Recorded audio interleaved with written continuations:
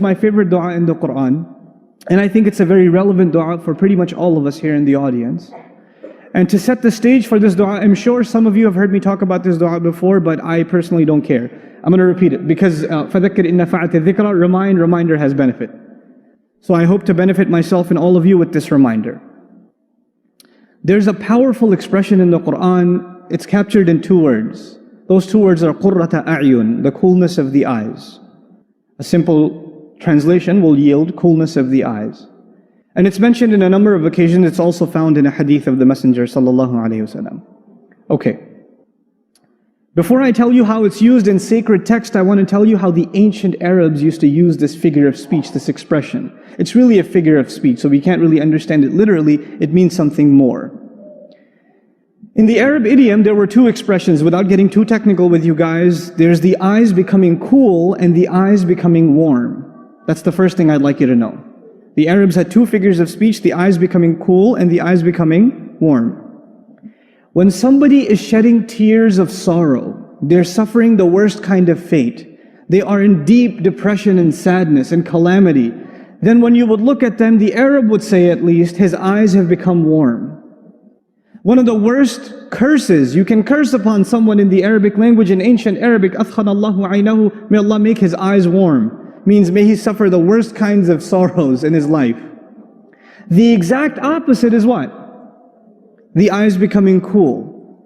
For your sorrows, for your sadness, for your pains to be removed completely, and for you to feel peace and tranquility and joy like nothing else. And I'll give you a simple example of coolness and warmth of the eyes before I continue. Imagine you're at the airport, right? And there are 2 pairs, there's a pair of a mother and a son, and another mother and another son. But this mother is saying farewell to her son. He's flying off somewhere. And the other mother is greeting her son, who flew in from somewhere. And both of the mothers are crying.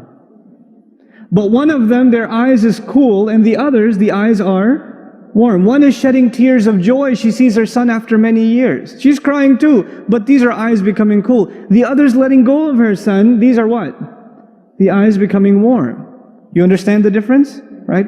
Now, another, a few pieces of context before I go further.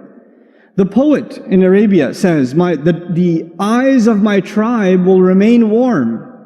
And he's actually an assassin also. Yeah, poets are assassins. It's kind of an Arab thing, I guess. But so he's waiting on a sand dune, waiting to kill the tribe leader that has offended his tribe. And he makes poetry in the meantime. I guess he's got a lot of time. So he says, my tribe's eyes will remain warm until my dagger isn't warm with his blood. In other words, when I kill this guy, then my tribe's eyes will become cool. The rage, the frustration, the humiliation they feel will only disappear upon this guy's death. That's what I'm here to do, to cool the eyes of my tribe. You understand? So it's a means of relieving frustration and anger and ill feelings. That's how in which context it's used. But then there's a final context that I want to share with you in Arabic literature, where this expression is found. It's very beautiful, actually. The Arab used to travel in the desert, and there's a sandstorm. And in a sandstorm, the Arab would, wrap his face up, because obviously your face is being pounded with sand. Now the camel on which he's riding, Allah created the camel in a magnificent fashion. The eyelids of the camel actually trap sand and drop them. It doesn't even have to blink. It's got a screen in front of its eyes that captures sand and drops it. We don't have that, that screen system in our eyes, but the camel does. But now the rider, he can't afford to cover his eyes, can he? Because if he covers his eyes, what's the problem? He doesn't know where he's going. So he has to keep his eyes exposed. And so finally he finds a cave. He finds some refuge. And he says, interestingly, my eyes have finally become what? Cool. In other words, in literature we find the precedent of the eyes becoming cool equated with finding refuge from a storm. Finding refuge from a storm.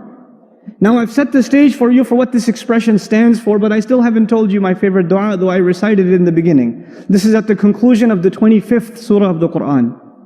Allah Azza wa Jal says, Rabbana, He tells us to say, وَالَّذِينَ يَقُولُونَ, those who say, رَبَّنَا هَبْ لَنَا مِنْ أَزْوَاجِنَا وَذُرِّيَّاتِنَا قُرَّةَ أَعْيُنٍ وَجْعَلْنَا لِلْمُتَّقِينَ إِمَامًا.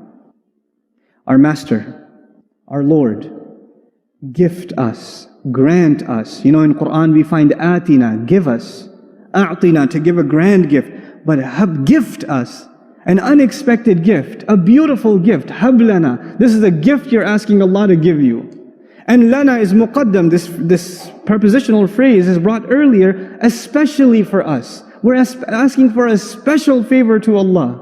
And what is this favor that we're asking Allah Azza wa Jal? Grant us from our spouses, and not just our children, which is awlad, dhurriyatina. Wa dhurriyatina. Future generations of us. In other words, you're not even asking for your immediate children, but your lineage from, for generations to come. Grant us from all of them coolness of eyes. Make our eyes cool by means of our spouses and by means of our children.